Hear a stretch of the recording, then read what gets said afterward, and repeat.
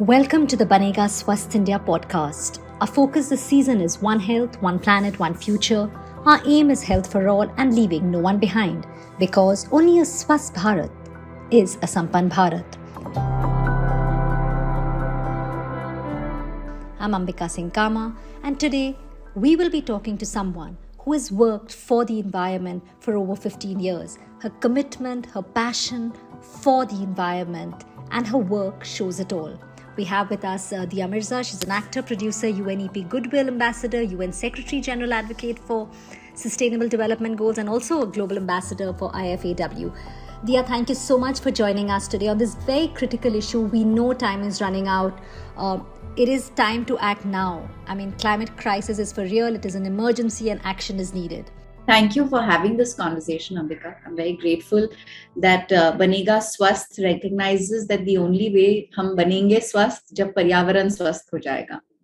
I mean, Dia, we've really understood, जैसे आपने कहा जब पर्यावरण स्वस्थ हो जाएगा, ये connection हम जानते हैं.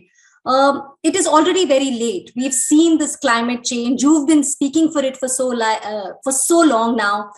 Just to start with, before we start taking our viewer questions, how critical is it that we deal with this immediately and tackle it as soon as possible?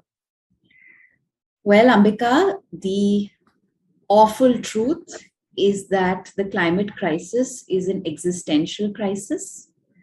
The human species is threatened by the climate crisis. We are responsible for creating the climate crisis. It is anthropogenous activities that has created the rise in the temperature, and that is now creating the changes that we are seeing.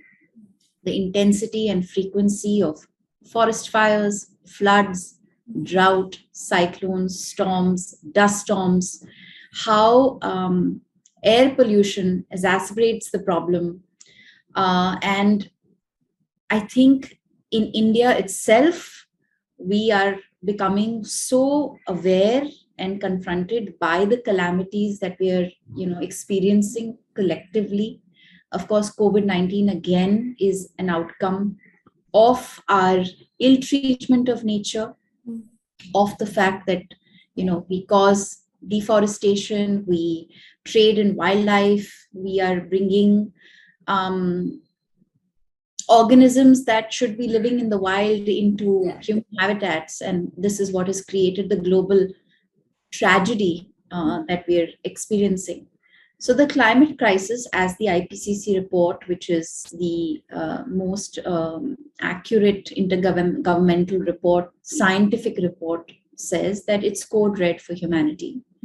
That we've not just led the climate to see an increase in temperature by 1.5 degrees, but if we continue with the way we are conducting ourselves and continuing the way we run our economies and our industries, etc., we are touted to look at a rise of almost 2 degrees to more than 2 degrees. And thankfully, the United Nations has also finally recognized the fact that the climate crisis is a human rights crisis. Yes. It's something that jeopardizes and impacts everyone, everywhere. There's no region on the planet that is not affected by the climate crisis. And I think for you and me, who grew up in the 80s, the climate crisis was a conversation that had emerged, had begun to take place. And it felt like something that would happen in the distant future. I don't think we recognized how urgent the problem was and how urgently we needed to deal with it. But this generation that is being born into a climate crisis is going to face the consequences of our inaction. And it really is up to us now to change the way we produce, the way we live, the way we work, the way we, function as human beings on this planet. I mean, it's actually a climate emergency. And, sometimes we really think, what are we leaving behind for our children, for the future generation? We have a lot of questions coming. Just something I want to ask you. After Glasgow, how much progress have we really made in having a plan to tackle climate crisis and sticking to the plan? I mean, actually sticking to it, if I can ask. So I'm actually going to quote the Secretary General here, who in his concluding remarks of the COP26 said that the outcome of COP26 is a compromise. It reflects the interests, the contradictions, and the state of political will in the world today. It's an important step, but it's not enough. There were many expectations that many people had, but I think what we must draw some relief from is the fact that almost 200 countries adopted the Glasgow Climate Pact. Mm-hmm.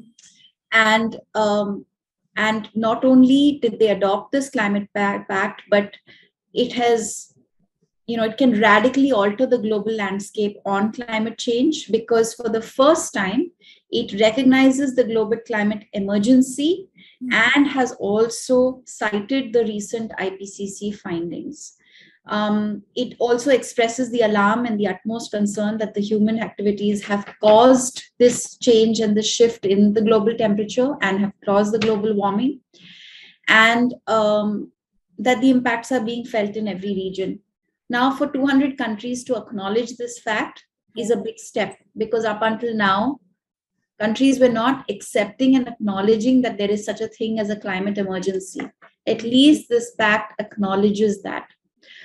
The other big takeaway for me from the COP26 is the fact that there's an agreement on key provisions of the Paris Agreement rule book.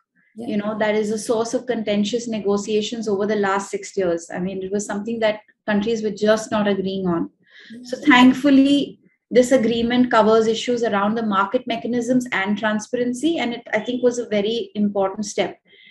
But I feel for many of us who work for the earth and were hoping that the outcomes would be a lot more, reflective of the fact that we are in a climate emergency. Yeah. Because it is a life and death situation. There are entire... And it affects everybody. It affects everybody. There are entire countries that are going to be submerged under water if we don't act collectively as a humanity, right?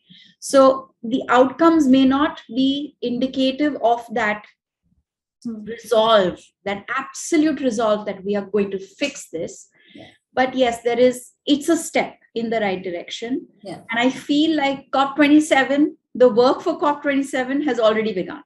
And I feel even more so that it's the young people out on the streets. It's the millions of parents and children that congregated at Glasgow. And the world over, to ask the right questions, demand the right answers, and to call this out for what it really was.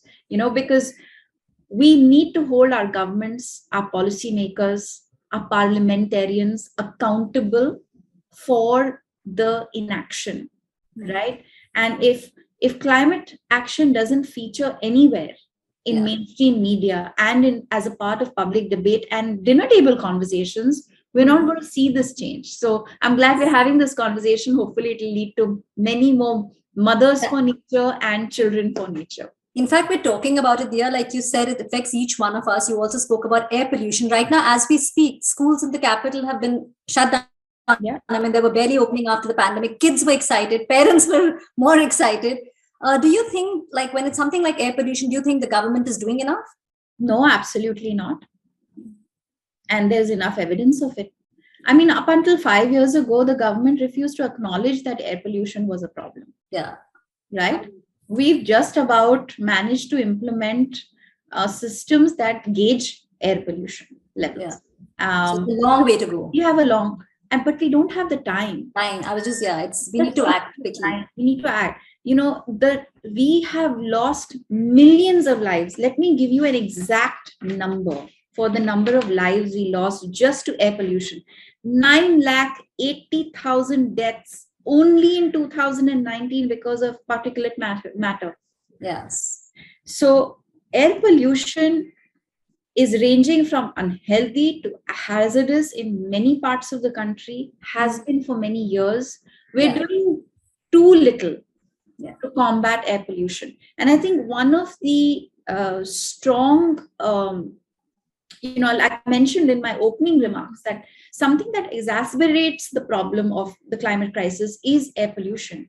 It makes the situation even worse. So we're not only now getting sick because of a pandemic, It's also it's now air pollution also that is affecting and harming health, and also makes the climate crisis worse. It makes the air, it just warms the planet more. more.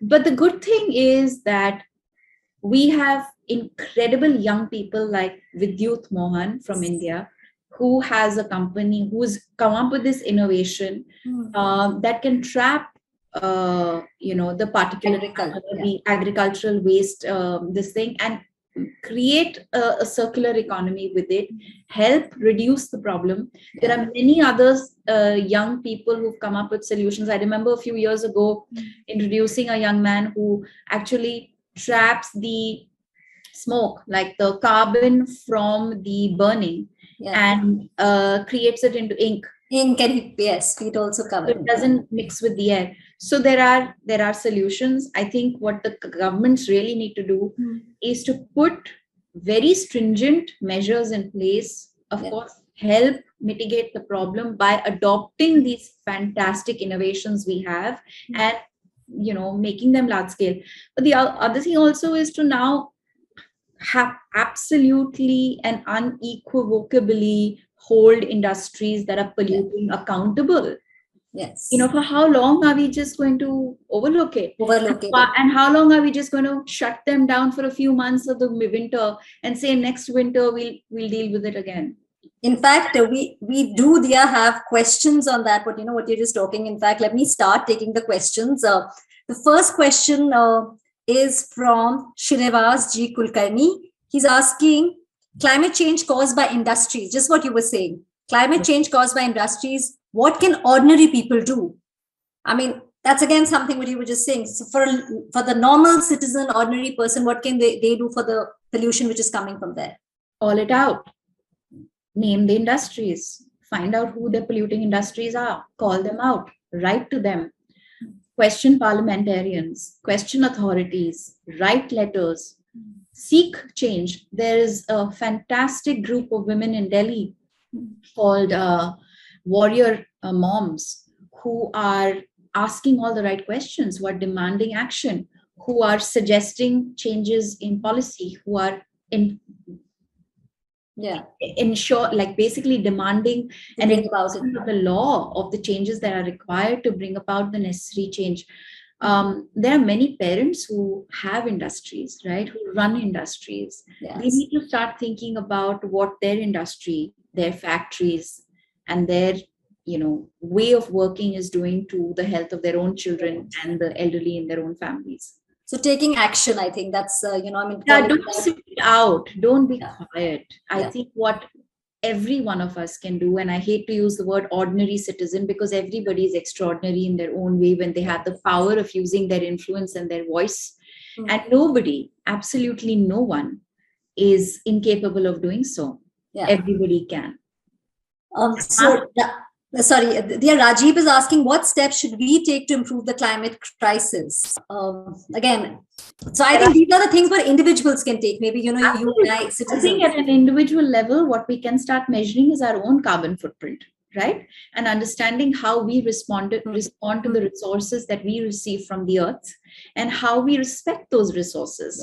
So simple measures that every one of us can take is, of course, to follow a mostly plant-based diet, to eat less meat, to eat locally grown food, vegetables and fruits, to make sure we're eating seasonal fruits and vegetables. That can make a big difference. Ensuring we buy more energy efficient appliances, and reuse, repair, refuse unnecessary things that we don't need in our life. Maintain a 26-degree temperature in our air conditioners. Avoid using air conditioners as much as possible, especially in the months that are not very warm. Ensuring we install water check meters in our buildings or our co-ops or our independent homes to ensure that there's no wastage of water. Taking shorter baths. Refusing single-use plastics. That can really go a big distance. Buying and using cleaning agents, home products that are, earth friendly, that are not harm, they don't have, fossil fuel extracts in them, don't have chemicals in them that are harmful for the earth. Because what's harmful for the earth is harmful to our own health. Yes. Managing our waste better, just something as simple as segregating our waste at source, at home, in our hospitals, in our schools, in our hotels. Of course, at an industrial level, it would help so much more. Another thing that can make a very big difference is switching from regular CFL bulbs to LED bulbs. So there are many actions that we can take as individuals to reduce our individual carbon footprint. But what can really also again go the distance, aside from doing all of this, and I've only given examples that I have implemented in my own life, I don't speak about anything that I don't do myself, is to support organizations that work for the protection of forests and wildlife. Call out wrong policy. Every time you hear about a new road being built or a new highway being built, or the government making plans to bulldoze existing forest cover or trees, please stand up and demand that this not be done. Because while it's wonderful to plant new trees, and I hope all of us can continue to do that, it's even more necessary to protect existing forests and ecosystems, because we can't do the work that these forests do or have been doing for hundreds of years. So, I mean, these are very small things which you've said, but they're very doable. I think, like you said, like you're implementing them. If each one of us implement in our lives, we can at least, tell other people that is. Imagine, Ambika, the power of even 7 million mothers. Protecting nature and becoming environmentalists and saying, I will make my home earth friendly. I will do everything that it is that will ensure that my children can survive, thrive, and be healthy, because a healthy planet is healthy people. So, dear Anurag, like you said, I mean, you put it really well. I think we all are inspired. Every time I speak to you, especially your line about mindfulness, I've definitely started taking that point, what you shared. Anurag Tripathi wants to know how to stop the pollution which has been there in the present situation in some parts of India. Well, we all know what is contributing to air pollution, right? So we need to start transferring, basically making the shift to renewables, and in ensuring that our transportation systems, our industries, our factories, everything switches to renewables. And this will require a great amount of public and private support. We will all have to work together to see this through, because firstly, of course, it's a very expensive deal. Hopefully, one of the outcomes of COP26, if it actually happens and makes the countries that can afford it pay and the green finance countries like ours for adaptation and mitigation, it can help us make the transformation that is required. But I think first and most importantly, we have a very robust and a very strong environmental law. If only every industry honored that law and followed the law and didn't do greenwashing and didn't offset and didn't just completely ignore the law, we would see a big change. And I think then, of course, there's a lot of work that we can all do to educate each other. We must never assume that people in government know. Let's assume they don't know. Let's assume absolute ignorance and educate them. Help them understand what their apathy or their ignorance or their avarice or their arrogance is doing to the health of the planet and health of the people. Absolutely. Manoj wants to know, there are so many questions coming. I'm going to filter some. Manoj wants to know, is India doing enough to tackle climate crisis? Well, it's a very tough question to answer. But I will say this, that the Solar Alliance is a very powerful alliance. And if we actually live up to the commitment that our Prime Minister has made about making India as solar efficient as he promises to make India, we can really see a big change.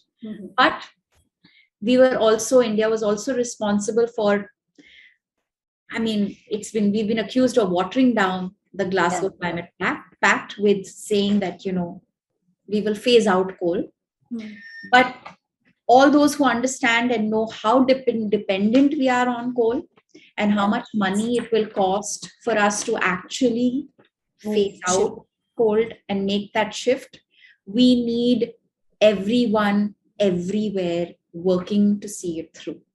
Because the fact of the matter is that we are 17% of the global population. Mm-hmm. We do also occupy only 2.4% of the geographical landmass of the planet. And it is our lives at stake here. We are dependent on our natural resources for everything that we have. And if we don't act on climate, and if we don't use the energy, the vibrance, and the power of the youth in our country to make the transformations that are required, and if we wait till 2070 to do that, we are not going to be contributing positively towards climate action. Yeah. So it will take our collective will and, of course, the collective will of the political system to make the transformations that are required. Yeah. And do them as swiftly as they're required. We seem to continually forget that we have a very small window of opportunity here to make that difference, to ensure we don't cross the 1.5 degree mark. Yeah. The time is very critical, like you. It is of essence. Yeah. But with the energy and with the energy that we have as a nation, mm-hmm. and the systemic changes we can bring, and the power of the youth and the voice they have, but not just the voice, they're not just agitators. They're not just protesters. The youth is solving the problem. They are innovation. They're driving innovation. They're driving solution. So the governments need to very quickly adopt these innovations. Yeah, because rather than and scale them. Yeah. Because support them. Yeah. Absolutely, because true scale is only possible when government institutions adopt the innovations that are necessary to scale up. Otherwise, privately, it can't be done. We know this for everything, right? How has the fossil fuel industry gained the momentum that they had and become a part of every household? Because governments adopted created subsidies, adopted and measures that the fossil fuel industry was encouraging, and look where it brought us. So if we want to make the difference, we'll have to scale up by adopting the innovation that is necessary. The next question, Astha wants to know, an individual can take small steps like refusing plastic or turning off unnecessary equipment. What steps should the government take now? Well, the government really needs to enforce certain guidelines and ensure that the polluters are taxed, they're checked, they are stopped.